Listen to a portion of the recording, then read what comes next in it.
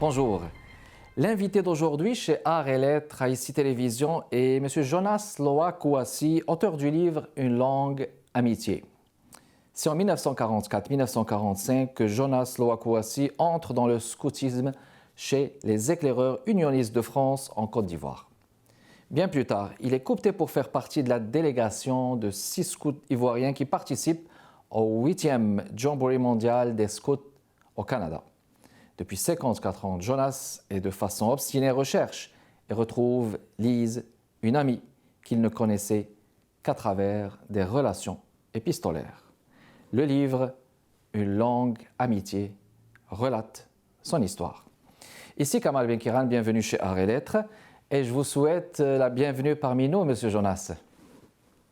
Merci beaucoup. Ça fait plaisir de vous accueillir aujourd'hui. Non seulement pour parler de votre passion pour le scoutisme, mais de ce livre, de ce fascinant livre qui est le vôtre, Une longue amitié. On va en parler des péripéties. Dans un premier temps, vous annoncez que cela a pris plus de 53 années. La durée de vie de vos notes qui relatent votre histoire. Mais d'abord, il y a eu cette passion pour le scoutisme. Comment est née cette passion chez vous, justement? Ben, j'étais agréablement impressionné par les scouts, surtout par leur discipline, leur entrain, leur chant et particulièrement par leur uniforme. Heureusement pour moi, la directrice de l'école que je fréquentais a décidé de créer une troupe dans notre école. Et j'ai fait partie de cette école. C'était une agréable surprise pour moi. J'étais aux anges. J'étais heureux, très heureux, c'était le bonheur. Magnifique. Alors, c'était un commencement depuis votre jeune... Vous aviez quel âge, justement, lorsque vous avez découvert le scoutisme?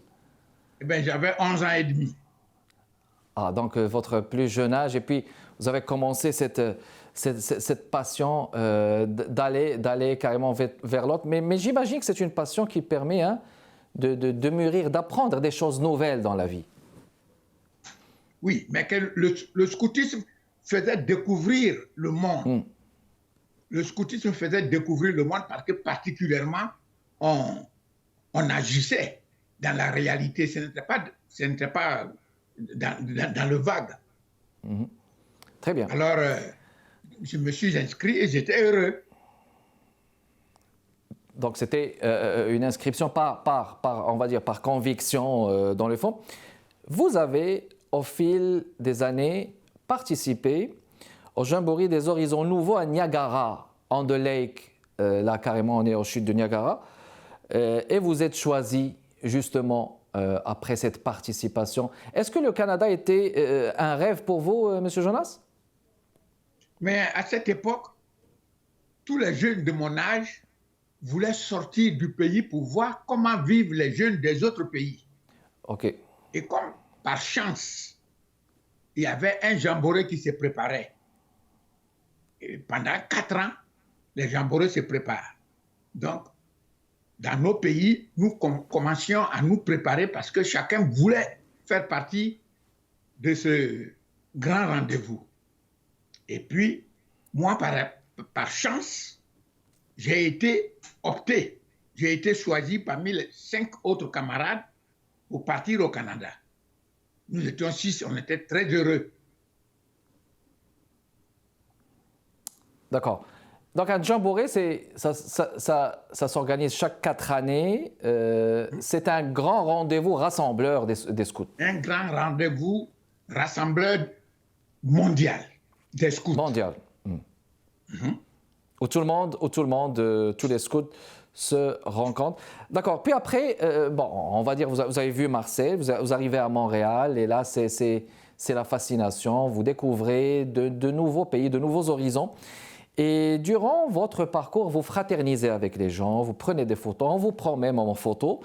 Qu'est-ce que vous avez appris justement de cette première escale à Montréal, au Canada, de manière générale? Eh bien, à Montréal, je dirais que j'ai été très, très agréablement surpris parce que c'est à Montréal, puisqu'on nous logeait dans des familles. La famille qui m'a reçu m'a pris comme un des leurs. Et j'ai appris, ce qu'il faut retenir, j'ai appris que j'étais un homme à part entière. De coloniser, j'étais appelé, ami, par un blanc. Imaginez-vous, à cette époque, en 1955, un colonisé qui arrive dans un pays où on le traite d'ami, on le traite d'égal à égal, il semble être tombé du ciel, je ne sais où. Je ne comprenais pas ce qui m'arrivait, mais c'était une réalité. Donc, j'ai découvert plein de bonnes choses ici à Montréal. Et d'être appelé ami par quelqu'un, par un Montréalais ou par des gens du Québec et du Canada, oui. Cela prouve justement que vous étiez dans une terre accueillante, une terre de fraternité. Et puis ça vous a marqué à quel point, est-ce que c'était à cette époque que vous avez décidé de rester carrément à Montréal? Est-ce que l'idée a commencé à cheminer? L'idée a commencé, mais comme je ne savais pas, à cette époque, je ne savais pas comment on faisait pour quitter son pays puis aller dans un autre pays. Tous les documents que nous avions, c'était fait depuis Paris, donc nous n'avions rien suivi.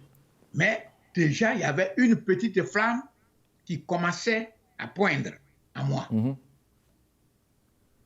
Donc c'est une flamme, c'est la flamme de la passion. Je vous en prie. Oui, oui. Je vous dirais que à l'issue du Jamboree, nous tous qui avions, nous les 5 de Côte d'Ivoire, on s'est dit, si on pouvait venir, si on pouvait même nous permettre de rester. Mais c'était une délégation qui était venue, il fallait qu'elle retourne. Oui. Sinon, j'avais bien envie, on avait tous bien envie de revenir. Oui. Même si on y va, qu'on n'a pas de travail, on va cirer les chaussures. Oui, mais juste le temps de pouvoir y rester. Très bien, alors on va faire une pause et on retourne avec notre invité d'aujourd'hui, mesdames et messieurs, Jonas Loa Kouassi, ex-scout, passionné de scout et auteur du livre Une longue amitié. Restez avec nous.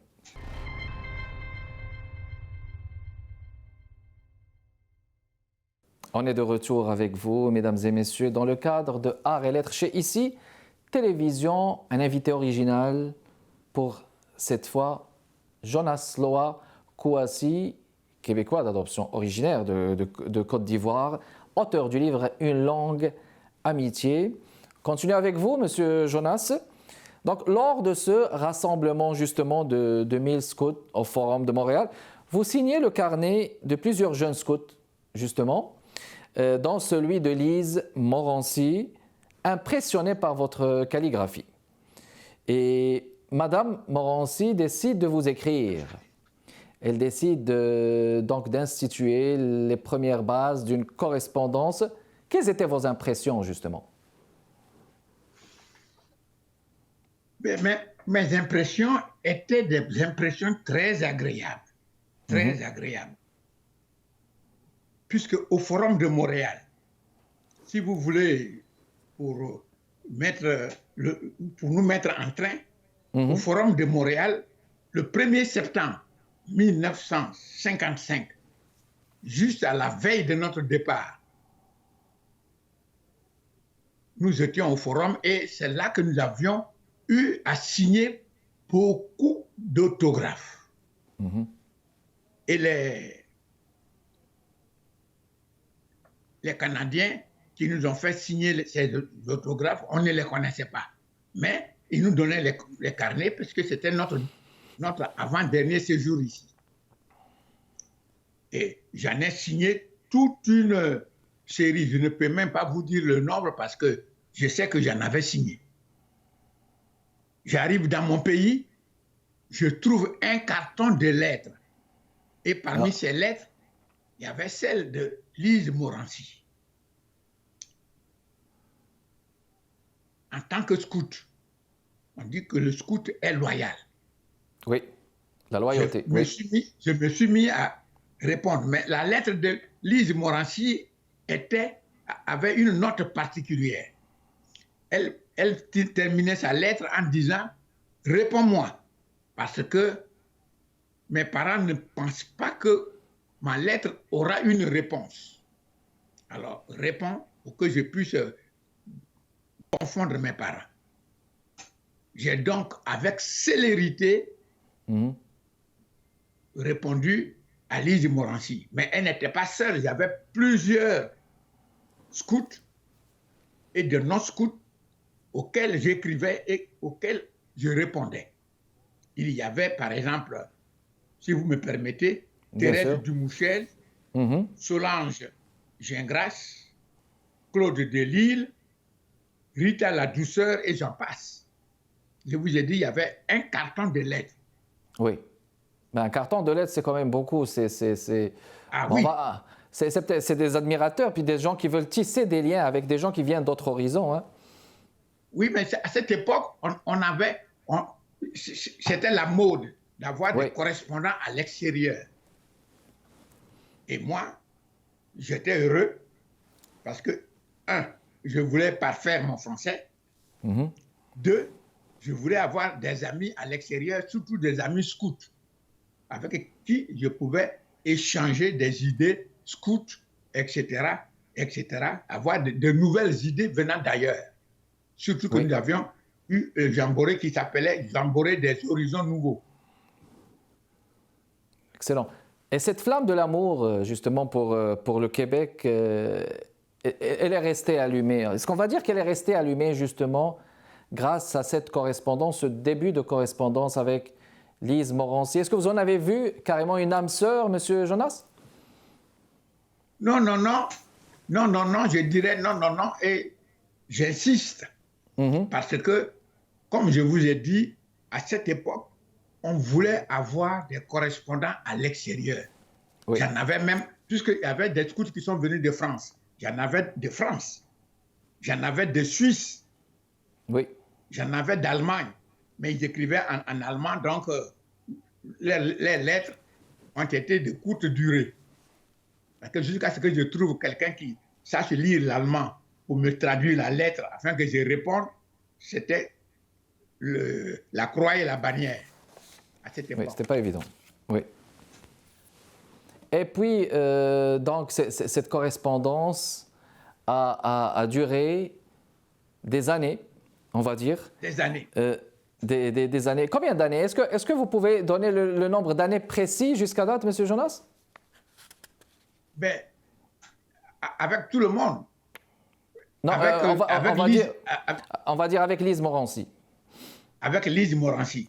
Bon, avec Lise Morancy, en 1961, je pense, à peu près, elle se marie.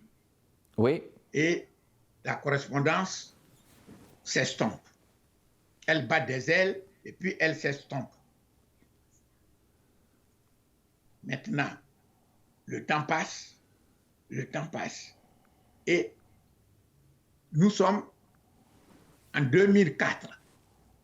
Oui. De 1950, 55, nous sommes en 2004. Une Canadienne, en l'occurrence Madame Suzanne, arrive en Côte d'Ivoire. En ce temps, moi, je suis à la retraite.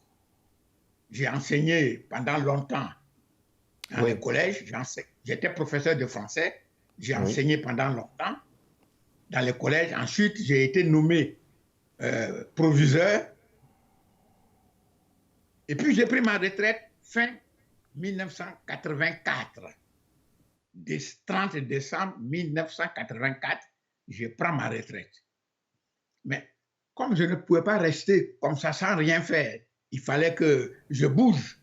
Vous savez tous qu'un muscle qui ne travaille pas s'atrophie. Donc, j'ai construit un collège pour continuer à rester dans ma profession. Et cette dame, Madame Suzanne, en se promenant en Côte d'Ivoire, dans la ville de Lakota, où elle était venue apporter des médicaments pour dans le cadre d'une ONG, elle découvre le petit établissement que j'avais construit.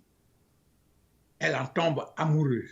Elle dit, mais ce n'est pas possible. L'État a donc 2 établissements d'enseignement secondaire ici. On lui dit non, l'État n'a qu'un seul établissement. Celui-là, c'est un privé qui l'a construit. Oui. Très bien. Alors, on va faire une pause. On va faire une pause et on va revenir avec, pour continuer la discussion avec vous, M. Jonas. Restez avec nous, mesdames et messieurs.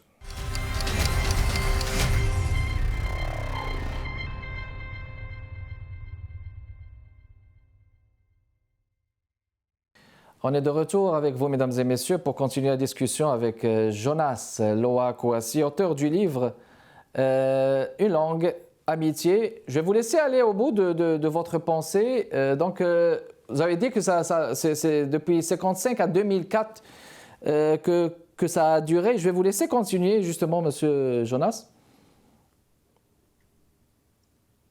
D'accord. Oui, est-ce que vous pouvez continuer justement vous parliez justement, après 2004, qu'est-ce qui s'est passé? Eh bien, en 2004, une dame vient dans le cadre une Canadienne. Elle vient dans le cadre d'une ONG apporter des médicaments en Côte d'Ivoire pour un centre de santé. Et en se promenant dans la ville, elle découvre un établissement, mon établissement, que j'ai construit après ma retraite qui a eu lieu le 31 décembre 1984. OK. Très bien. Bon, alors maintenant, ce qu'on va faire, je vais vous proposer peut-être la lecture d'un extrait de ce livre, Une langue, amitié, un extrait de votre choix que je vous invite à partager avec nos téléspectatrices et téléspectateurs. De votre choix, Monsieur Jonas, c'est à vous. Ben, je vous renvoie à la page 34 de ce livre. Lise arrive à Abidjan le 2 août 2006. C'est à l'aéroport que je vois pour la première fois le visage de cette correspondante qui, naguère, avait sollicité de moi un autographe au Forum de Montréal. Mes amis, ma famille et moi l'accueillons avec une joie immense, comme on sait si bien le faire en Côte d'Ivoire, qui est un pays d'accueil et surtout de fraternité universelle. Nous parcourons plusieurs villes, dont Daloa, où je suis fier de lui faire visiter inlassablement l'établissement dans lequel j'ai fait mes études secondaires. À Yamoussoukro, je lui fais visiter la basilique de la Paix, qui est une réplique de la basilique Saint-Pierre de Rome. C'est d'ailleurs le plus grand édifice chrétien au monde. Fils de paysan, j'aurais manqué à mon devoir si je ne lui faisais pas visiter mon village et nos plantations. Nous allons donc plusieurs fois à Pépezo, mon village. Elle voit ainsi comment se cultive un caféier, un cacaoyer. Elle apprend que le cacaoyer produit des cabosses qui renferment des fèves. Ce sont ces fèves qui, séchées et broyées, donnent la poudre de cacao qui sert à la fabrication du chocolat. Au cours d'une de ces visites dans nos plantations, nous avons eu le privilège de découvrir au détour d'un chemin un ananas bien mûr. Quelle aubaine! Lise, la Canadienne, va non seulement voir la plante qui produit l'ananas, mais goûter, puis apprécier la saveur de ce fruit naturellement mûr. Ce goût, puis le parfum qui se dégage, n'ont rien de commun avec ce ce qu'on ressent lorsque l'on mange un ananas importé cueilli avant-terre. Un jour, elle est surprise de voir des papayoyers un peu partout dans un champ. Alors, elle demande, mais pourquoi ils ne sont pas plantés en ligne organisée? Je lui réponds que ce sont des arbres qui poussent naturellement. C'est Dieu qui les sème. C'est dans le monde moderne que l'on fait aujourd'hui des champs avec uniquement des papayers. Très bien, Monsieur Jonas. Très bien. Monsieur Jonas, si vous permettez, donc juste pour qu'on puisse encore connaître beaucoup plus de vous, donc vous avez finalement réussi, là on voit cette belle façon de l'altérité, là, comment Madame Moroncy, il découvre la Côte d'Ivoire, l'ananas, tout ça, des impressions. Oui. Finalement, après toutes ces années, vous avez décidé de braver la peur et de publier ces livres après que le fils de Lise, Marc, tombe sur vos notes. Comment vous avez réussi à vaincre cette peur finalement? Eh bien, c'est bien plus tard, je dirais 4 ans plus tard, en 2008 que j'ai réussi à avoir un visa pour venir ici. Et arrivé, bon, je montre mes anciens documents au fils de Lise, qui me rend visite. Je lui montre tous mes documents, les documents de scout. Je lui montre tout ça, des documents qui datent de 1955. Et quand il voit mon texte qui relate mon voyage de 1955, voici une copie, il se rend compte que le texte est beau. Alors il me dit, mais il ne faut pas garder ce texte. Une fois que ce texte sera abîmé, il sera perdu à jamais. Il faut le publier. Mais comme je n'avais jamais fait de publication, j'ai eu peur. Et puis, j'étais gêné. Mais il a tellement insisté que j'ai eu le courage de me jeter à l'eau. J'ai eu le courage de me jeter à l'eau et j'ai écrit mon texte. Très bien. Oui, donc vous l'avez écrit, on connaît qu'il y a eu après une collaboration magnifique au niveau du centre communautaire de Montréal-Nord avec un magnifique projet de médiation culturelle. C'était tout le temps qu'on avait. Merci beaucoup d'avoir répondu à ce questionnaire, Monsieur Jonas. C'est un plaisir de vous avoir accueilli. Merci beaucoup de votre continué d'intérêt, mesdames et messieurs. Kamal Benkiran avec vous. Prochain invité jeudi à 15h30. À la prochaine.